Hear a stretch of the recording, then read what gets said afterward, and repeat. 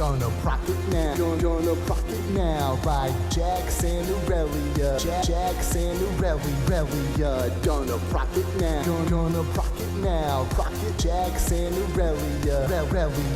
T-Force. Welcome to the rework of the T-Force. Now we going hard cause we bumping at the beat source. It's a 3-course dinner of dudes bringing the news and stats, interviews and casts from the pro scene. So fresh and so clean, like you're leaning with Nami in the bot lane. Keep it hot like Brand, practicing his dot game. Give it to you easy like you're Resi in a bot game. Imagine Draven at prime time. Now ulti like LeBlanc can copy that 4 times, but manlier. Knock it up like now fight planning a family. You gotta be tuned in like Sona on the ad wall. Get on the chat call. Can a podcast really be all that? Of course. How do 4 guys make a Triforce? Hey guys, welcome to the Trinity Force Podcast. My name is Adam Ponophobia Cogswell, and I am back on this lovely Monday, 4/13/2015, to host this awesome podcast with 3 great guys. Punch is here.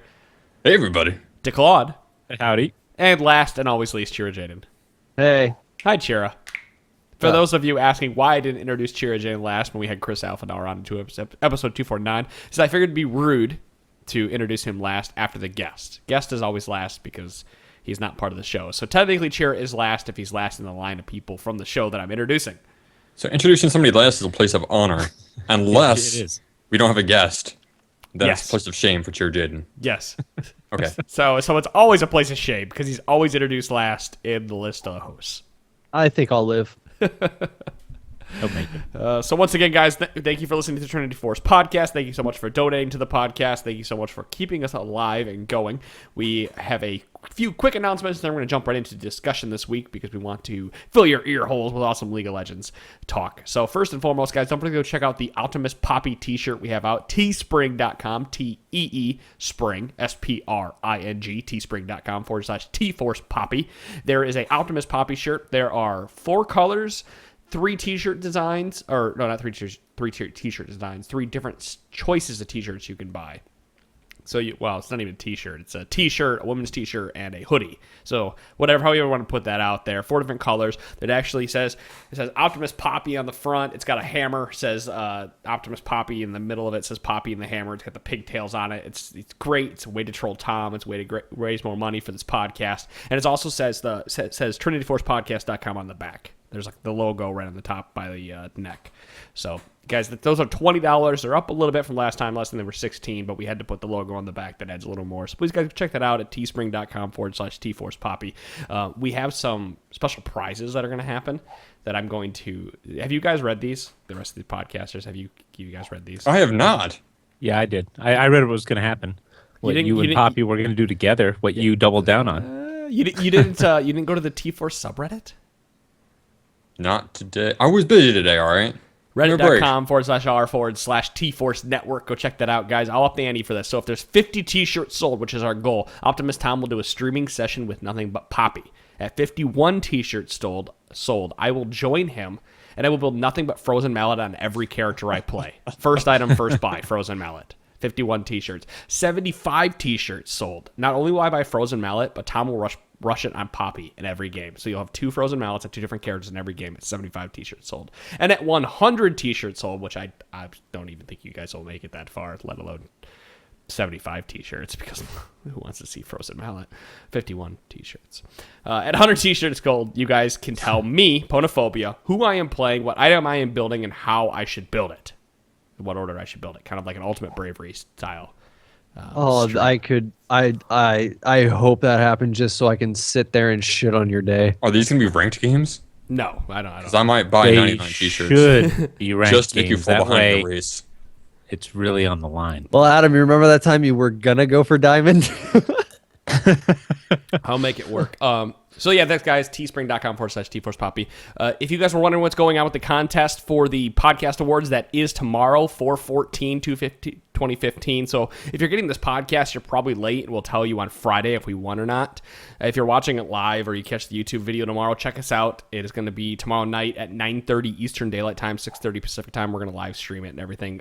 We didn't get the time until the last minute. So once we find out if we won or lost, regardless, I'm going to give out that money for that RP contest, so it's still there. Stay tuned. Stay tuned. Find out if you won. Yes, we're gonna live stream that and have a lot of fun, getting drunk and screaming about, oh, look at this guy, look at his t-shirt he's wearing. I think that is. How cool would it be if one of them was wearing a Kidney Claw T-shirt out there? God, that would be awesome. He's on stage, and then he's like, "And the winner, Trinity Force podcast." King Claude. He rips his overshirt off. Pure NWO style. That would make me very happy. Okay, so esports lawyer is in chat right now. He goes at 100 T-shirts sold, Inertia Gaming, and a challenger team who the LCS Rundown has interviewed before. He said he'll join the T-Force podcast, do a 5v5 in-house, and play champs that the other team chooses for us. So at 100 T-shirts sold, Inertia Gaming will play with us and live stream with us and play whatever you guys tell them to play. That's awesome. Thank you so much. That is awesome. That would be awesome. Indeed. 100. Wow. See if we can make that. Yeah, that's right. teespring.com/TForcePoppy. All right, let's jump right into League of Legends discussion. First and foremost, we're going to talk about patch 5.7 again. Basically, we're going to run down any of significant changes that are happening, anything we've seen happen since the patch came out. We had a whole weekend to play it. We teased it. So I'm going to leave that on the floor for the guys who are here with the podcast. Well, I played a lot of Earth mode before it went away, so I don't have much input here. That's pretty much all I played. Plus, I was sick over the weekend, and now the wife and baby are sick. So I haven't seen much of it. I have played a little bit of it, especially after the night we discussed the patch last week. Darius, I still ran out of mana early because I'm pretty sick, so doesn't matter because of my ult. But then again, I am terrible at managing my mana. We know. Evelyn, yes, I know you know. Evelyn, I have noticed her in a couple games, and she does a lot more damage. But in Earth mode, she's disgusting, and I hate her, so I ban her. But Earth mode's over, so we don't have to worry about that. And that's pretty much all I've seen. I haven't really seen a lot of the champions that were changed. I did see one AP Fizz mid, and it seemed to do all right, just like the Fizz of old. That wasn't really too surprising. I was expecting to see more Darius, didn't see much of him. I did see a noticeable lack of Blitzcrank, whereas before he would usually be picked in almost every game. Now, I don't think he was picked in any game that I played over the weekend. That's because, fun fact, the Blitzcrank change is actually a giant nerf. Yes, I saw that in Reddit. That I think the overall time that he has a speed boost now is some fraction, at least 2 seconds. It's 2 seconds rather than the whole 5, but then he's slower for the additional 3 seconds than he was. Right. You lose all that zone. And Reddit's an uproar about it, of course. Yeah. Because they'd love to get an uproar about things. I personally don't mind. I hate playing against them. It's not just the easy thing to say against Blitzcrank is, if you don't know how if you're banning Blitzcrank, then you don't know how to position against him.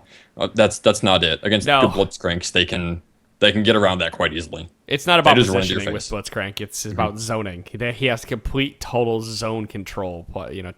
He can control an entire lane by himself with when he's well played. So just that's the fear of his grab. He's like, I'm over here. Oh shit! You try and duck behind minions like. Playing that game the whole time, he's making you react. And that also comes into the mind game where it's sometimes better to hold on to your Q than to use it and miss because as long as you have it ready to use. Right, and then that's happening. He's running at you like, crap, he's going to power fist me, and then... There was my brother actually brought this term up to me because he's getting into Smite. He was talking to me about it today, but some Smite podcaster he was listening to called it area of influence. I've heard that before, and that's actually a really good way that we should be describing stuff. Is that a lot of these characters, when you're zoning, you're using your area of influence. The area that you're. That before. Yeah, I want to say we've said it or something it's before. Dom. Dom's definitely said it. Over and over again in the past. So it was just one of those. I've heard this before, but that's a really good way to describe it. So thanks for bringing it back up. Blitzcrank in lane still has the same area of influence. It's just that now he has less time to actually chase people or escape. Right. Yeah. But the chasing people, to start a team fight or to chase somebody after a team fight, or even if you're chasing the length of a lane, like Blitzcrank's pushed up to his turret, and then he gets an opening to run at the enemy and then hook. He's less of a distance where he can actually reach the enemy. They can back off and be safe from him. It can scare the enemy AD carry off of a CS. You see your cannon minions getting low or minions getting low. All Blitz would have to do is hit overdrive. And then start running around, and you're like, and it throws you off your game a little bit. I'm sure that's why Punch doesn't like him, because he really messes with your mind when you're an AD carry on the other team. And I've noticed that in pretty much every game I play with you. Ban Blitz! Ban him! There is the change that happened in this patch that I don't expect Shen to become back in the forefront right away, but he kind of seems like that champion that's still a sleeper pick, much like Jax, where... I see what you're saying.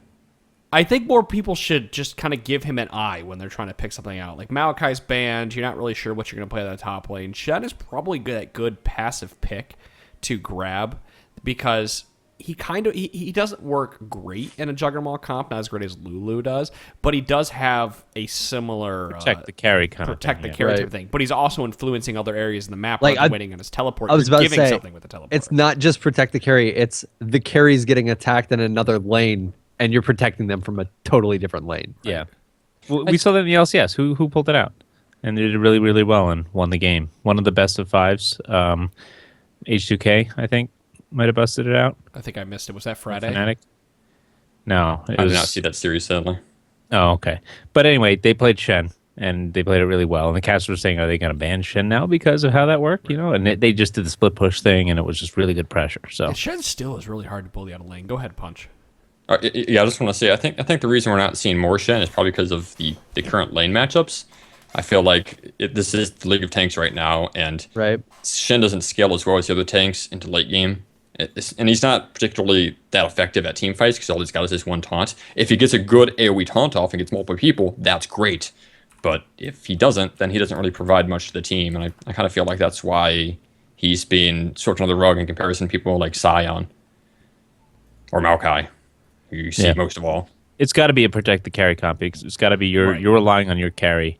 And in solo queue, Sion Sion's a good champion to bring up there because he fills a lot of the areas that Shen doesn't fill. Yeah, he doesn't have the global map presence, but he has an ultimate that allows him to make it to somewhere. Or he also has a level 6 presence that Shen doesn't have, wherein you're staying safe in lane, you can gank in many other lanes, you can you can counter engage, you can disengage. Shen doesn't have all of that.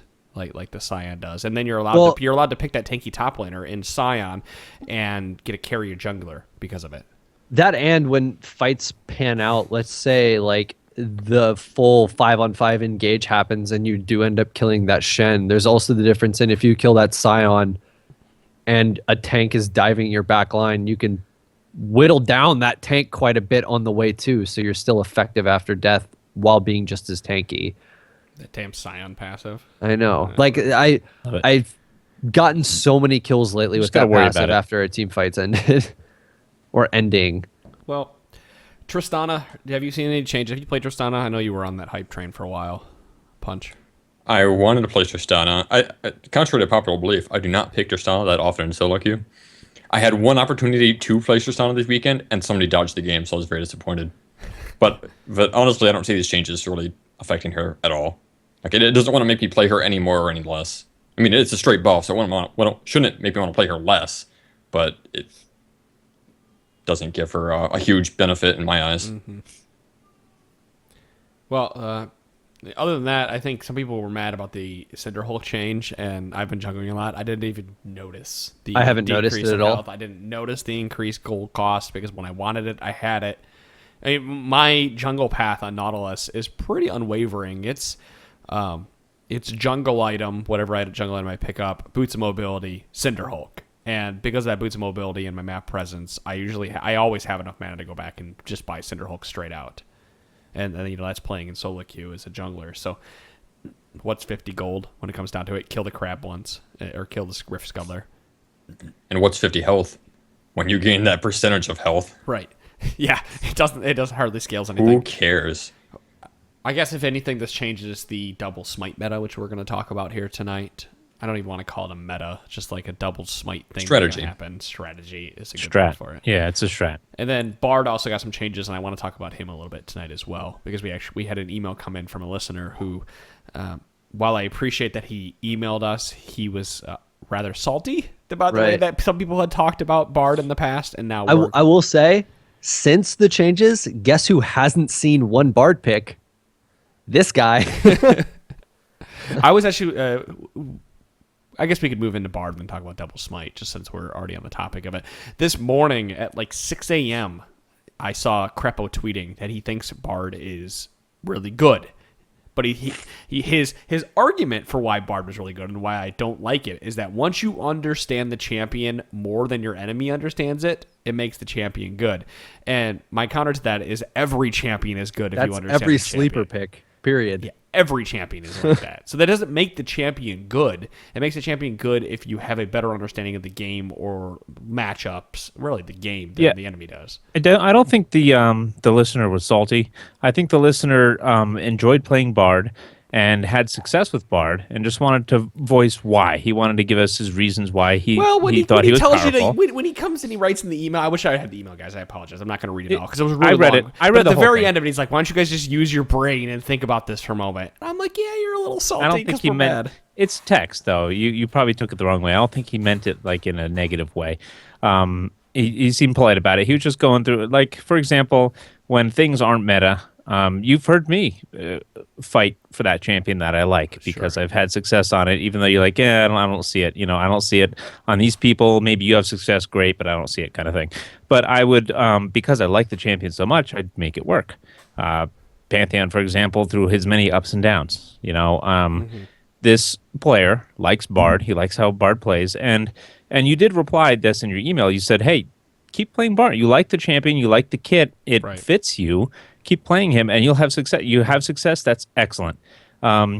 I don't see him as an easy champion to get success with. You don't just say, "Hey, who's a good support? Let me just pick Bard." Right. You need to like him and play him and practice him. He takes a lot of finesse, and you got to know when to roam, et cetera, et cetera. So, and having success with a sleeper pick like that is a huge advantage when the community feels like a champion is bad, but you can play it well and you have success with it. That means nobody really sees it coming when you bust it out, and not many people know how to play against it. And that's something I really long for when I play a MOBA like LoL is, man, I really want to be good at a champion that nobody else uses, because it just gives you that advantage. Like, oh, I don't know how to play against this champion. What do? He's kicking my ass. Right. Derp, derp, derp, derp, derp. I mean, Fiora had that for a while. So if you're having success with Bard, keep playing Bard by all means. But what we're commenting on is from a top level perspective. We're looking at the kit and we're trying to analyze how it's going to fit in the game and what we feel like his power level is. Right. When we say a champion is powerful or overpowered, it's because anybody can pick him up and play him and have success with him the first couple times playing him. You don't have to spend 10, 15 games on this champion to really understand the kit and really develop the kit. But to get into it, this is why I don't think Bard is a very good champion. Well, okay, I won't take that back. I think Bard is a fine champion. I think there's some tweaks to his kit that could be made that make him way better than he is. The problem is I think there's a lot of other champions out there right now that do everything that he is supposed to do just a little bit better. And again, we've said this in the past, 1 point is better than 0 points when you're talking about. If every champion is 0 and there's one champion that's 1, that 1 is obviously better than 0 for a terrible way to explain it. Right, and in the land of the blind, the one-eyed man is king, kind of thing. Exactly. Yes, exactly. And so when I look at Bard and I see, so his kit, he's got a very conditional Q, he's got a W that takes a while to ramp up and heal, and he's got an E that is situationally good. So he's got 2 conditional spells in his kit. At best. And only one spell really that can be used in a skirmish, and that's Q. Right. And you can't use W in a skirmish. I mean, it takes too long to ramp up. You can use it to chase somebody, but then the skirmish is over at that point. Amount and a little movement speed buff. You can the movement speed buff. Right. I mean, that's all they'll provide. But yeah. And then you're starting to kind of use E in a skirmish. I mean, that's a ganking initiation or a escape mechanism or a bait mechanism. Yeah. There's a lot of things you can do with it, but skirmishing is not one of them. I think Adam made a good point was saying that it's conditional. The Q's conditional, and so is the E. You need terrain. You got to be in the right spot. But then again, Gnar needs terrain, and you can do things. I wonder if there's a Bardvin or a Jard combo that you can do with him flying through the little cataclysm. But no, because then the enemy it goes through it, and you can get out. It doesn't. I don't know. It is situational, but it's just a mobility kind of thing. I agree with what you're saying, where there are other champions who can do what he's supposed to do better and easier if you're just looking to win that matchup. Okay, and just remember what we said in the beginning. Before anyone comes up with it, saying Bard's really good because this. Yes, play him if you're good at him and practice him if you like him. If his kit fits you, great. But we're telling you why other champions could fulfill his role easier. Right. And Well, let's talk wanna about bring what this- we think that can. Sorry, Chair, to cut you off. Let's talk about what champions we think we could fill the role better than Bard, which is Well, that's what I was going to bring up, Okay. because the champion that he was speaking of, that he was comparing Bard to, was Thresh. And he was saying how much better Bard was at certain things than Thresh. And I don't agree with that whatsoever, because unlike all the conditionals that you throw in with Bard, those conditionals don't exist with Thresh.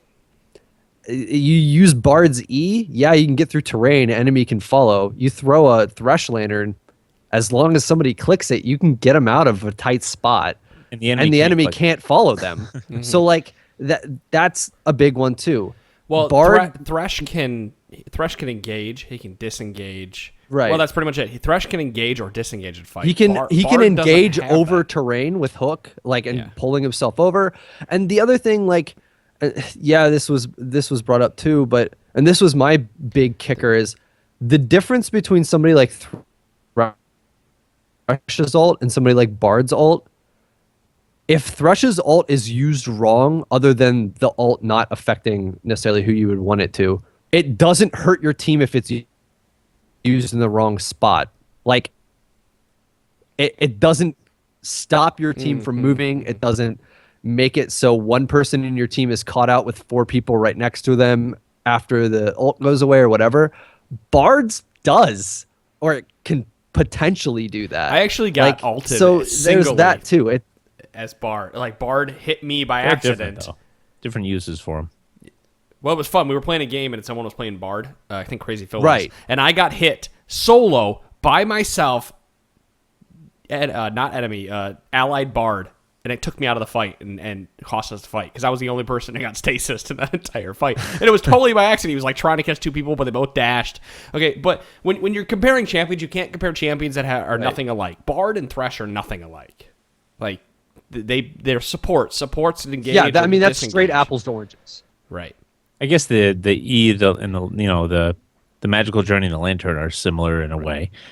Maybe that's what you're we're going comparing to there. compare Bard to anything, you compare Bard to what he does compared to how other champions do what Bard is designed to do. And my problem with Bard isn't so much how his kit interacts in lane, because I think it's really poor, but the fact that you are touting this champion as somebody who's a roamer, but his kit is very conditional for roaming. He's not as good as Leona or Thresh or Alistar or others at roaming, because they're, Or again, Blitz. Or Blitz before they changed him. right. Chira, you're lagging like crazy, by the way. But if Leona walks out of lane and Zenith blades and he smacks a target, she's going to 100% make it in there. Bard is conditional based on if he's near a wall, if he's near a champion, or he's near a minion. And if he's in the middle of the lane, he's not getting stopped. You know, that roamer doesn't have the impact as if he's being touted to do. And he's got the mobility, definitely, to make it from lane to lane. But once he gets there, he doesn't have much. Again, You got to he hit only that has Q. one ability they can fight with. It's and all that's about Q. that Q. Yeah, which is pretty Yeah. much a Lux bind, you know. If you think about If it, you, only so if you come more behind an conditional. enemy in mid lane and you miss your Q, whoop, game's over. Whereas if you're someone like Alistar, he's got a headbutt, which he can't really miss because that's targeted. And he's also got the knock-up, so he's got 2 abilities there. Leona, if he misses her Zenith Blade, she can at least run up to the person and whack them in the face with her shield and stun them. Or flash stun if she has to. Or Yeah, she has to. Yeah. But Bards can set it up, I guess, with the ultimate, and then make an easy Q lineup from there. But a quick flash might escape it unless you got the timing down pat. And, then you get your Q stun, you got your ultimate spent, you used ult and Q, and you got them tied up for what, 1.25 seconds? What's the Something Q? like that. I don't actually So, but you know. can't hurt him while he's ulted, so you can just position yourself set and up. hopefully get the gank. But then, just like any other gank, It flashes Cosmic out. Binding increases based on the level. It's 1, 1.2, 1.4, 1.6, 1.8. Okay, It and then seems and works now better. your ult's down. So Yeah, he seems to work better when he's ganking with the jungler, which I think is what we predicted when he came out, is that on his own, when he's not really going to provide that much, still it's a 2v1, I mean, you're going to have the advantage, but he's not going to provide all that much. He will work better with the jungler because he can provide them another avenue to engage with his magical journey. right, He does have a slow. If he can, at least he has a slow with some meeps. If he has enough meeps, he has a slow, so he can do that. But the thing I will give Bard, and what I like him above all, is that he can bait some pretty cool ganks bottom lane because he can leave his carry at the tower, go get a bunch of meeps or chimes, and then magical journey through some crazy areas and then get that conditional stun because generally they're near a creep or something. So They come out of nowhere with the magical journey. So He's got a lot of potential with that magical journey, and a very experienced player can definitely take advantage of that. And that's why I'm thinking that this emailer is probably an experienced bard, and he's having success. But that's kind of the key, is that this isn't a casual champion to pick up. You need to dedicate yourself to it and kind of learn all the nuances and his abilities in order to unlock his full potential. right, and use him differently than the other supports who do that role better. Don't think I'm going to fulfill this role that Leona does, or I'm going to fulfill this role that Thresh does. I'm going to do a bard role. I'm going to do something completely different. Sure. And confuse like Punch was saying before, confuse my enemy because they're not used to it, and get the win. right. And he's better from this patch. He's a little bit better. So if you haven't played with him yet and you thought he was interesting, pick him up. Check him out. To make him more casual friendly, I feel like Bard, it would be interesting if they made Bard's power spike more tied to his meeps, and if he got if he got more stats based on a certain number of meeps. So once he gets, I don't know the numbers offhand, but let's say he gets 5 meeps and he gets a larger bonus on his auto attack damage, then I feel like that'd be interesting because he can get those meeps, and then that's when he's powerful in lane, as opposed to a level advantage that some champions get. As soon as Bard gets 5 meeps, all right, you got to fear him now because he's got that more damage on his auto attacks. I think that'd be interesting, but I think they tried to do that with it, but there's just they're trying to add too much to his kit and too many different areas, and so they have to make it underwhelming. And they did kind of touch on his meeps a little bit by making it so that they spawn more often. So Which is I pretty feel big. like Riot's kind of got that idea in mind, and his Well, you know lane what presence would- is kind of tied to his meeps. What would make him, what I think would change him, and they would have to adjust probably the healing on W, but I think his W should be allowed to hold charges rather than have a static cooldown. So that way he can drop 2 of them in a team fight. He can get the double speed boost, he can get the double heal, whatever it may be. 3 would probably be too many, 2 would probably be just right if they toggle it a bit, but holding charges in W would actually give him a lot more team fight utility than he has now. That'd be interesting. I feel like W is actually in a pretty good spot. I'm just saying, I think that would push him from over the edge from That'd make him more casual friendly. casual friendly, really, is allow him to. I think it should be kind of like a Caitlyn trap where it has like an arming time and then it ramps to full power instead of slowly over 10 seconds. That's such a long time for team fights. Long time. I know. But I feel like but since it would be powerful if it was instant. That'd be insane because the 10-second heal is really good and the movement speed's insane and the cooldown on it is ridiculous. So you just Yeah, but the mana flop cost is insane. It's like 100 mana if I remember correctly. For yeah, one of them. True. Its sustain is really good as a playing with Bard. I felt like, yeah, he didn't have a lot of laning presence, but I could stay in lane for a long time because those heals were actually really good. But back to the topic of having charges of heals, I feel like more experienced bards now can get away with that because W is permanent.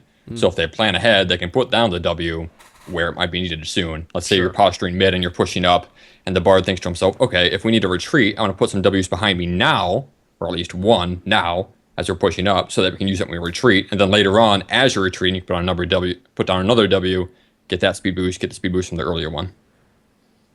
Right. Yeah, and it's different in that you can place it before anything happens for your jungler. So your jungler now has a real easy time, and you can go back to lane, and there's that permanent one. So when he kills the Krugs or the Gromp or whatever, he runs over that real quick little boost, and it helps him finish off the buff monster. Which is neat. Chira, how's the internet working out over there for you? I don't know. Is it still lagging? Yeah. You sound like you're It's not- underwater, buddy. It's not like you had an auto tuner on there, like All right, you were singing. That sucks. There we go, got a little better. Do you need to reboot the modem? Yeah, I might have to. I'll leave the audio running, but we'll play with this a minute. Yeah, just mark it in there when you're going to do it. We're going to There keep you moving go. on. So Gotcha. reboot it. So, R.I.P. Yeah, rip Chira Jaden, whose internet is taking a shit tonight during Auto the tuner podcast. Chira. Yeah. I do want to wait half a moment to get in to talk to Chira because I want him to have double smite, and I know he's got a lot to say about it. So we can kind of roll back in here into patch 5.7 really quickly. Did you notice anything, Adam? Yeah, I was actually gonna bring in the blinding, the blind change that happened in 5.7. Oh yeah. I've noticed that. Timo and Quinn. the change, and that's if I How remember much correctly, Teemo have you played? I played mid Teemo. I got roped into mid Teemo. I played a fan game on Sunday. Roped into mid Teemo. I'm sure it took no persuasion at all. Well, you know what was terrible about the fan games is like I love playing fan games and all. The problem is I was on a hot streak that day playing ranked, and like I hit I don't know. So amusing while we wait for Chira to come back to talk about Double Smite is that if I play with Wrecker, I lose. We lose like all the time together. And it's not because we'll make some dumb mistakes and we'll admit it. Like if you ever watch this, we're like, yeah, I probably should have done that. But for it's not us. Like we're not losing the game, right? It's not like I'm walking out of lane 2 and 7. We just get like this weird team comps. Like we get that Shaco, Vladimir, Singe team comp. And you're like, what the fuck is this? Playing with Wrecker and you have an odd team comp? Yeah, right. Yeah. Wrecker is like so the pro version of Wrecker is Kiki's and Unicorns of Love. Yeah, pretty much. Where he just plays whatever the hell he wants in jungle. I'm sure that the pick face for Unicorns of Love and LCS is, all right, we should probably put a Sejuani here, and Kiki says, Kiki doesn't say anything, he just picks Shaco. And I say, Kiki's please. Without telling Kiki's them. please, pick Sejuani, please. Yeah. Locking Shaco. No, sure. Wrecker needs to get himself a scarf. But my musing here is that I played with him, but we can't win. We broke the streak one day. We actually went 3, and I ended up at like 60 LP, right? Play with him, I lose 2. I go and lose another one in solo, and then I get on a hot streak on Sunday, and I win all of my LP back that I lost with him and everything over the course of the week. I'm back to like 70 LP. And then fans are like, come play with me. And I'm like, damn it. So I get in the game, I'm not really paying attention. I'm watching the Fnatic game, and suddenly Teemo is locked in. and By you. No, somebody else, like Jeffy Pants locks in Teemo because he's screwing around. And they're like, well, let's play Teemo because Cassiopeia bottom. I'm like, no, just give me Teemo. I'm going mid. Fuck off. Play something else. Because they want the poison, Teemo poison. So they wanted the duo lane of Teemo Cassiopeia. Because they're just trolling. Okay. I'm trying to follow here. Go on. Right. So I pick up Teemo and I'm playing it. And honestly, by Sunday, I still hadn't read the patch notes. I didn't read the patch notes till today. And I was playing against Yasuo mid, and I noticed he was getting blinded, all the time. Like every time I just touched the Q button, he was blind. My blind is working. Yeah, it was just, but it was Badger. Badger was getting so mad that every time he tried to come in, he was blinded instantly. He's like, "Why is it working?" And if I remember correctly, and I was just kind of quickly reading the patch notes, it's when it leaves your character, it blinds them, right? It's not when it touches the character. So it doesn't have to do with your checks. animation. It has to do with their attack animation. As they attack. So for a melee champion, it's as their attack registers on you, and that's when it checks whether or not you're blinded. Whereas before it was when they right clicked. Gotcha.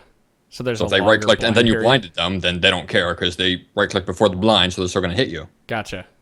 Okay. Right. Yeah, that must have been what happening though, because I noticed it 100 times over. Like I would almost get attacked. Like, nope, you're blinded. You don't do any damage to me. Yeah, in general, it's a really nice quality of life change. Blind feels just that much more responsive now. Yeah, and I'm not going to say it happened that often where somebody got an attack off. Yeah, and it's very situational. Cleanse on it, or it happened every now and then where somebody would freak out because, what, you were blinded, how did you kill me? But I mean, happened enough to be I feel like that happens every time I play Teemo, to be honest with you. I'm like, you're blinded, how did you hit me? This might be in part because the two champions that it affected, Teemo and Quinn, aren't picked very often. I'm sure the top lane Quins are all in a merry jig right now. Although top lane Quins probably went by the wayside due to the meta. Yeah, I was gonna say that's I don't think I've seen a top lane Quinn in a long time. But there was a cult of them, and they loved their Quinn, and they were probably happy with this change. And she was a nightmare if you aren't used to it. Like, oh man, I got to deal with Quinn now. I just picked a melee champion with no real harass. At least Sion's got the E. Wow, had the rip E a little bit. Chira, how's the microphone working out for you? He is a spinning GIF right now. They need to fix with Pantheon when he blocks a Teemo dart. For one, it shouldn't blind him. 2, he shouldn't have dot damage. He shouldn't be poisoned because today I learned. Even in the Perseus picture where he's sitting there behind his shield in the splash art, shows all the little Teemo darts stuck in the shield, and they're not stuck all the way in to where they're shooting out their crap onto Pantheon and giving him damage over time. Come on. So what you're saying is Teemo counters Pantheon top. Well, he's still. I would just be irritated because it would go thump block, and then blinded, or thump block, and then I see my health tick down from damage. Like, how did that happen? It hit my shield. Come on. Well, let's try this again. Vito, Chira, please. are you alive and happy? There he now? is. I see a smiling face. I don't know. Is it working? Still laggy, but not. Is that You better? turned to a spinning gear for a All second right. again. This is Probably the best bullshit. it's gonna get. Yeah. Yeah. Okay, well, sorry for those who are listening to the podcast or anywhere else. You might get a laggy Chira when it comes to responding to questions. So let's talk about Double Smite meta now that we've gotten Chira back and we've done talking about blind. So this weekend, or let's see here, I'm going to take this back. Last weekend, somebody messaged me, hey, when's the Trinity Force Network going to talk about Double Smite? And I said, well, and I tweeted back, well, this is literally the first time I've ever heard about it. Why are people running Smite in the top lane? Oh, Cinderhulk and Skirmisher Saber, and you can duel people really well, and this and that. I'm like, well, it's a pretty neat idea, but I've never seen it before. And I just kind of pushed it to the wayside. I was like, whatever. It's probably This just guy's saw it know what once he's or talking twice. about. No, I get to it later. It wasn't that he didn't know what he's talking about. I was then like, all the yeah, pros he may were have doing already seen it like once or twice or something, or watched a stream where some dude was doing it. And then I watched the playoffs this weekend, and everybody is doing it. So now we're going to talk about it because the pros are doing it, so more people are going to try to do it. So we Everyone need to wasn't talk doing about it right, which really scares me when I think about people trying to do it in a solo queue. And that's where this conversation came from, because I get into a solo queue game on a Sunday, and there's a Shavano with Smite who gets destroyed in lane by a Jax. And then we lose dragons with double Smite, and I'm like, what's going on? So yeah, I'm Punch. You sound like you're a little more well informed than I am here with the double Smite. So Okay, so let's talk about the double smite. We already said why people brought it up in the first place, and that was to get Cinderhulk, because Cinderhulk is blatantly OP. So people were picking You tanks need in the Smite top to lane. get Cinderhulk. Yes. FYI. Yes, you need 'Cause you need can't get a Smite in order machete to buy with the that. item that upgrades to Cinderhulk. And Smite the is theory awesome. behind it is tanks in top lane. We're in League of Tanks right now. So what makes you more tanky? More HP. Why should that be limited to junglers? Top laners ask themselves. Well, so they started buying Smite, and they started building Cinderhawk to get all the HP. There's a few problems with it, and that is, first of all, you have to sacrifice Flash to get it. The most common summoner spell combination is Teleport, because you still want that map-wide influence and Smite. Need to get off your island. Yep, and you are an island, so in theory, you should be able to get away with it. I mean, Hecarim can get away with it after all, right? He was playing Teleport Ignite, so why can't everyone else play Teleport Smite? It turns out that depends on which champion you're playing, because you need to actually be able to escape from ganks, and if a solo queue jungler sees that the top laner doesn't have Smite, he's probably going to pay attention to you. hey, So that since happened no- this weekend when I was playing. Why do you think she died Right. twice? Another benefit to having the Smite is, well, another benefit should be to take advantage of it and to push your lane and to take the enemy jungler's camps, which that is side, another yeah. theory behind it, something that Poland's talked in great length before with Shyvana. The basis for top lane Shyvana is push your lane, go take the enemy jungler's camps, because you're Shyvana, and you can do that. And by the time you're 6, you just jump over walls with your ultimate. You don't care. And And now right. you have You don't give a Smite, fuck. so you should be able to do that better. right. And then then you I guess the lose. last major benefit for this is you can secure objectives better, such as Dragon and Baron. Those are the big ones. You should not be able to miss an objective with. You should not be able to miss a contested Baron or Dragon, because you have twice as smites as the enemy team. Right. And don't Right? forget about Skirmisher Saber. We should be talking about that as well. That allows you Yeah. to duel anybody. Because Yeah. they do 20% less damage. You need to get the item at It that is really point good in for order to dueling. use it. Most Before people you get are that item, starting you don't with have any Shen. dueling potential. Keep in mind, if you're going up against somebody that has Flash Ignite and you have Teleport Smite, you have no dueling potential until you get that Skirmishers. Right. Which means you have to win the careful. lane at a severe disadvantage. Because you need to win the lane in order to push it, and then go take the enemy camps, or enemy jungle's camps.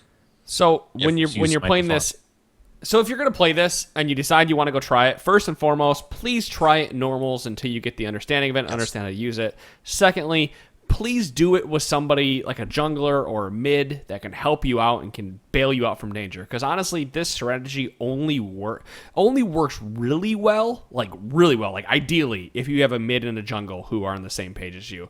Because, like Punch said, you should be pushing taking enemy jungle camps. You should be exerting your pressure on the enemy jungler in their jungle, and you need the backup from that mid and jungle to be able to properly do what you are designed to do with that smite.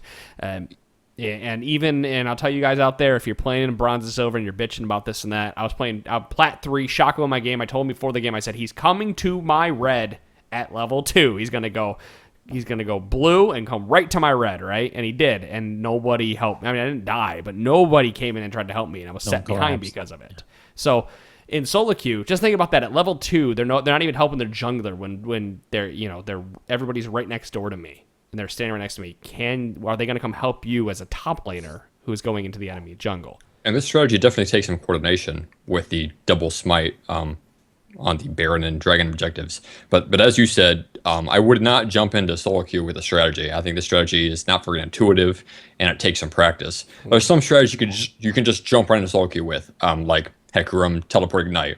If you're comfortable in Hecarim, you can just go right into solo queue and have success with Teleport Ignite. It wasn't really that difficult. But with this, Teleport Smite, that kind of changes your entire mentality as a top laner. Because you have to keep in mind that you have Smite, and there are things you can do with Smite, like take certain buffs that will help you and help secure certain objectives. And you kind of have a different objective during laning phase, which is take enemy jungle camps. And stuff using like those jungle camps, the buffs you get off the jungle camps to help you in lane, like the extra stun or the ward you might get from Race if you're on that side, or the Gromp buff. If they even come near you, they're taking damage from Gromp pretty much. So it takes an awareness of what everything gives you. It takes you to what jungle awareness, a jungler awareness as a top laner to be able to effectively pull this off. Chira, can you jump in here and do you have anything to say about it? Doesn't look like it. He's all blurry. Poor Chira. Is this working? Yeah, we can hear you. You look like Minecraft. Oh God! All right. All right. I don't think it's going This to work. probably isn't good because like my connection's dying in and out. I really skirmishers on certain champs in building it left and right on people that have a pretty overbearing early game, or can like punish people for making a bad champion choice. So like, I've been playing Garen a little bit recently, and it's funny because between his W and skirmishers, even without a flash or anything like that, you still basically walk out of almost any gank because you're not really taking any damage from one person. There's only one person hitting you, just because you're eating so much mitigated damage. So you can kind of get out of there and do.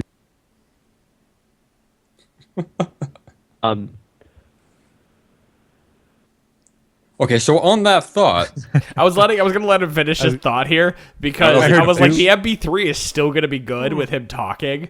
Chira, just turn off your camera because you're done. So I apologize. it's scary at this point. I look like the girl from The Ring. So weird. He's gone. I really hope this. It's funny because people listening to the podcast aren't going to notice anything because his Audacity can't lag. So yeah, that's what I'm laughing about. We just sound like we're just, we're going nuts here.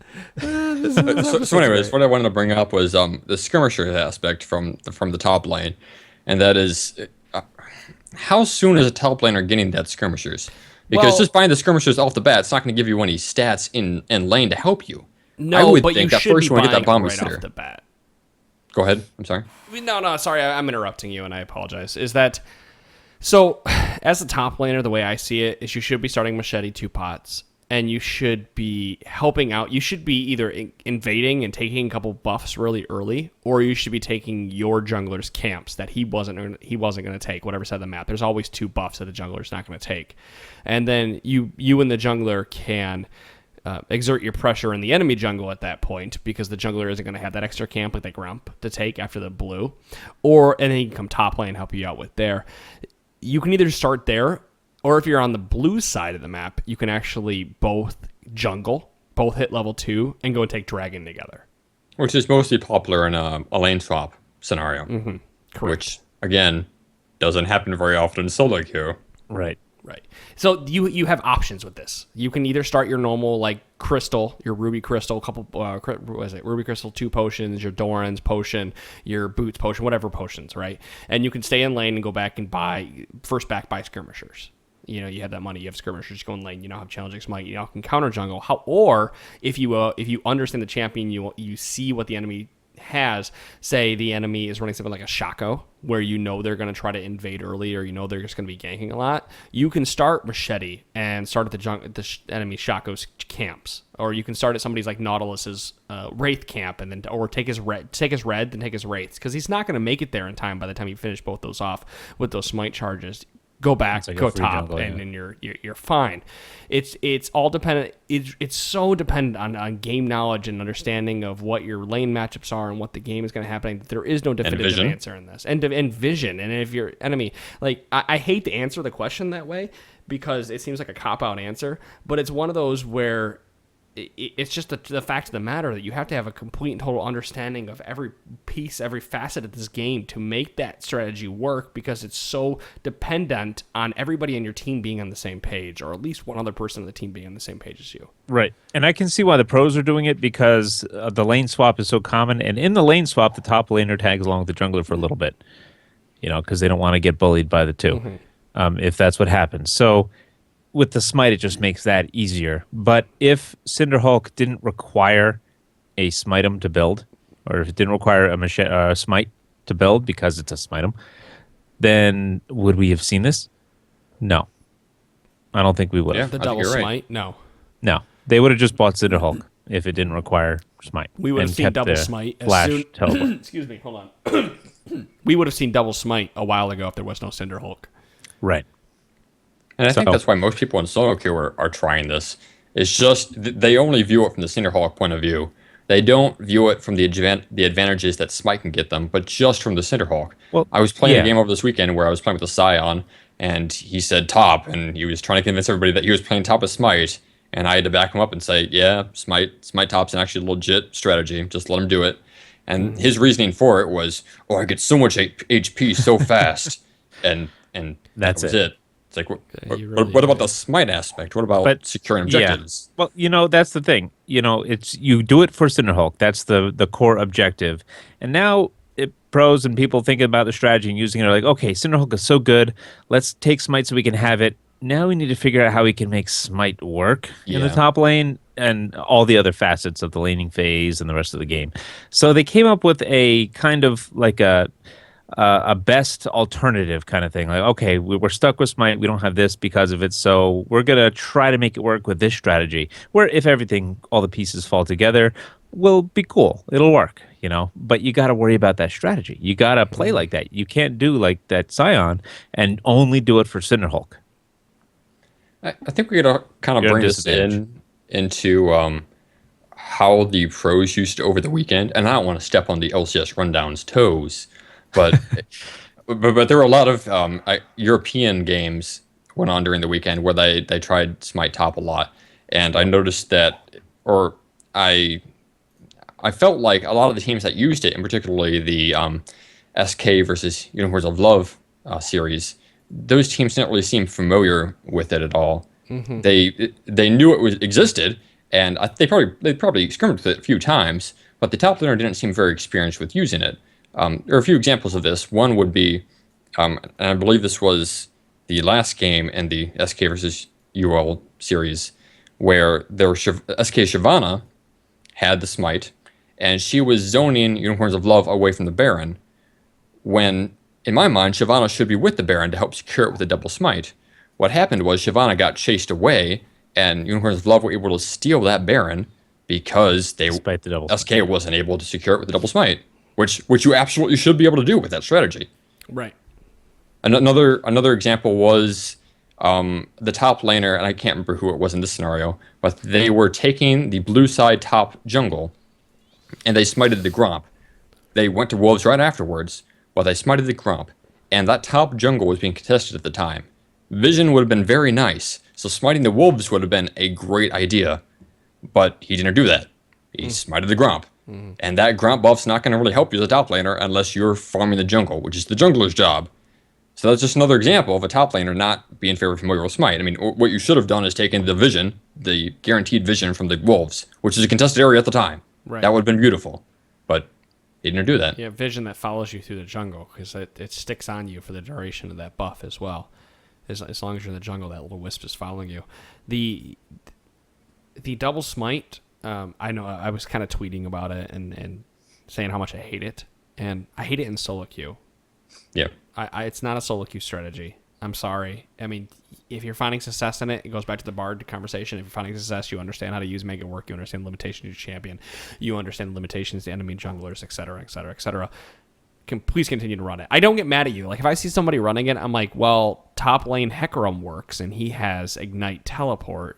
So in theory, top lane Shyvana with Ignite Teleport should work just as well. Or Smite Teleport. well, Here's the I know, things- but I'm just saying, like, the okay. Ignite Teleport. The Ignite. Here's the things whatever, should the work enemy just has as to well. worry about. Objectives now. You do have more objective pressure. 2 smites is great. It should mean dragons and barons if you're not getting your butts kicked to where you can't even contest them to begin with. Mm-hmm. And it brings a new level of steals. If you are getting your butts kicked, maybe you and the other jungler can work together to somehow get a cheeky steal for your team. But it's so hard in solo queue. It is- I'm it is gonna smite hard. at 1,000, and the other person, da da da da. And Skirmisher Saber is really nice for those dueling top laners. But we're in the tank meta now, and it does help, like Chira was saying, for the tanky ones to just use it as an escape when they get ganked. Because when you have that smite with that, instead of flash, you probably are putting a little bit of a bullseye on your chest there. You're going to be targeted, which again is also good for objective control, because maybe you can use that mindset if your bottom lane is good to control the dragon better. But then again, that's teamwork.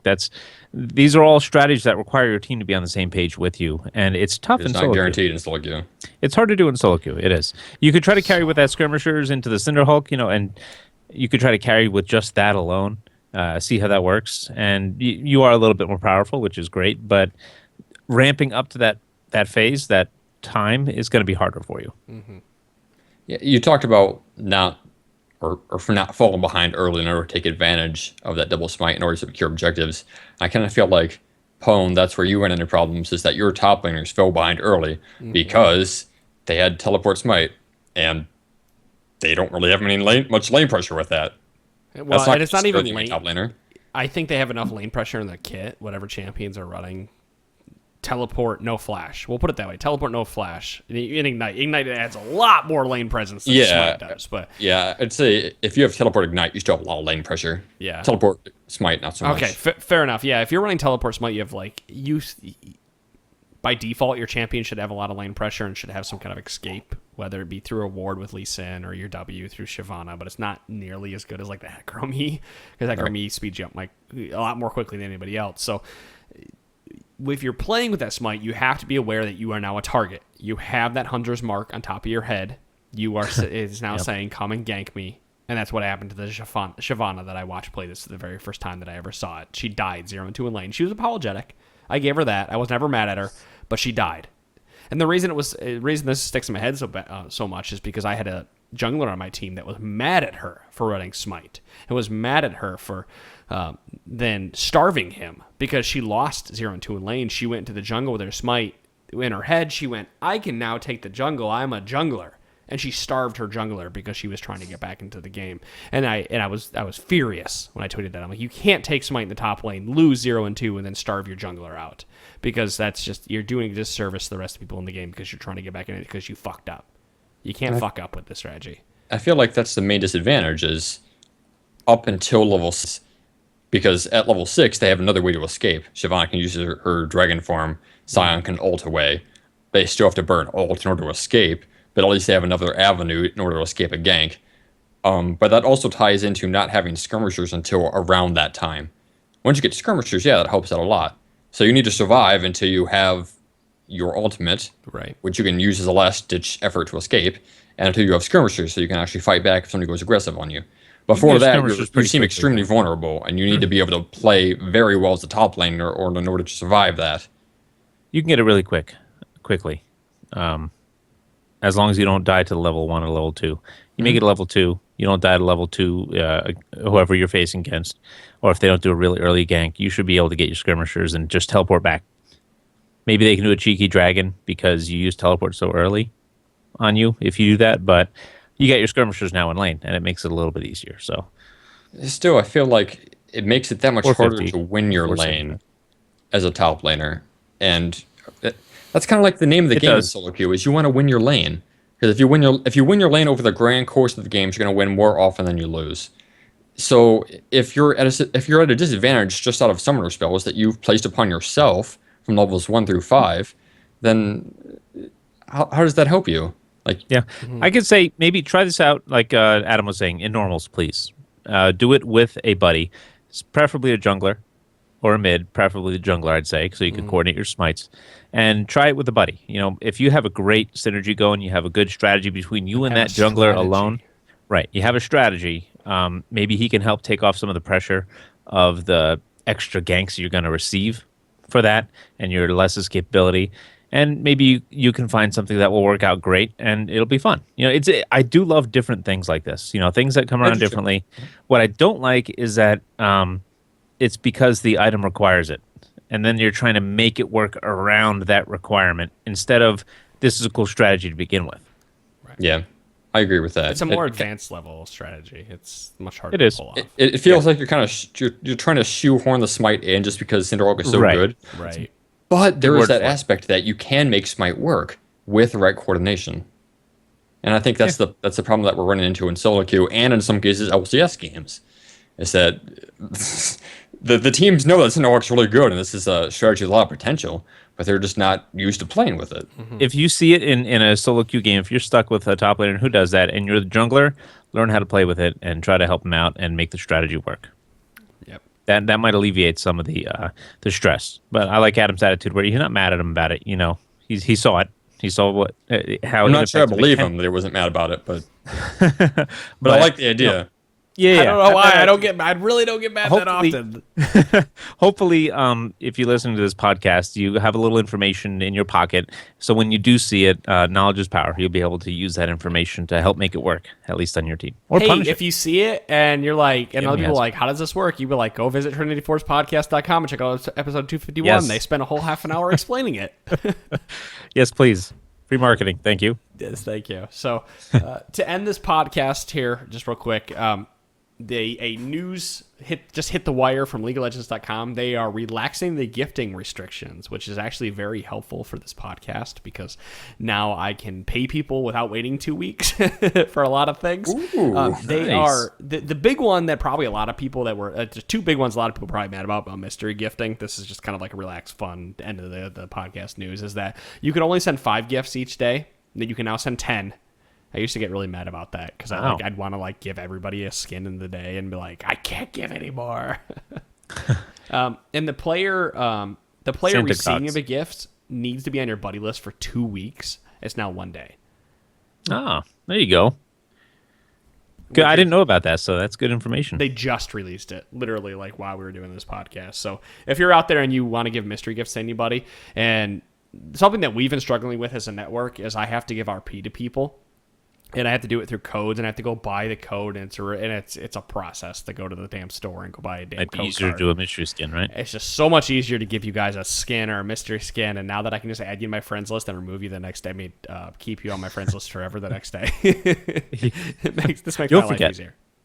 I actually do. I have a whole list. I had 6 fans this weekend. They were like, "Oh my god, you're adding me," and I'm like, "Oh, I'm gonna move you tomorrow." And they're still there. How many of those were bots? Probably know, 6 right? of them. They actually promised me free RP. They were like, if you spend Oh, $2,500, you can get all this RP. I feel like I got the strategy down for the bots. It's all lowercase for bot names. I think that's it. I just So pressed I just X. decline all lowercase. So if you want to decline accept all your of friend them invite, because put so an many uppercase in there bots. somewhere. My name's all lowercase. Did you unfriend me? Yes. I used to accept all. I Send used to another accept friend all invite, friend please. requests. And then I had a folder T-Force fans, and I should chat play with you guys. But all the bots came in and ruined that. I can't trust fucking friend bots. invites. So I got to see you in the channel, and you got to maybe message me or something. Right click my name because I'm in the T-Force in-game channel, and say, hey, can I add you? Oh, look, it's not a bot. Bot makers out there, please don't listen to this and make a macro script and ruin this. So I think we covered it. It's a shame that Chira disconnected for it, but I know. at least he got some input. I really wanted to hear his feedback on the double Smito, as he would call it. So, then we'll just end it there. That's episode 251 of the Trinity Force podcast. Guys, thanks again for everybody listening to us. Please go check out the T-Force Poppy stuff. Please root for us. We'll let you know on Friday if we won the podcast award or not. And Tomorrow, if you attend live. Yes, tomorrow. Cross your fingers. I mean, the votes have already been casted, and the contest winners will be announced Friday for that. I think I said $30 in RP. Was that how much I was giving away? Sure. Yeah. I don't know. That sounds right. Trinity Force Podcast, TrinityForcePodcast.com, soon to be TrinityForceNetwork.com within hopefully the next week. I have a meeting about that tomorrow night. So here we go, guys. We're pushing forward the network. We guys, thank you so much for enjoying the podcast. Thank you so much for being with us. We will see you all on Wednesday for episode number 252. Bye, guys. Later.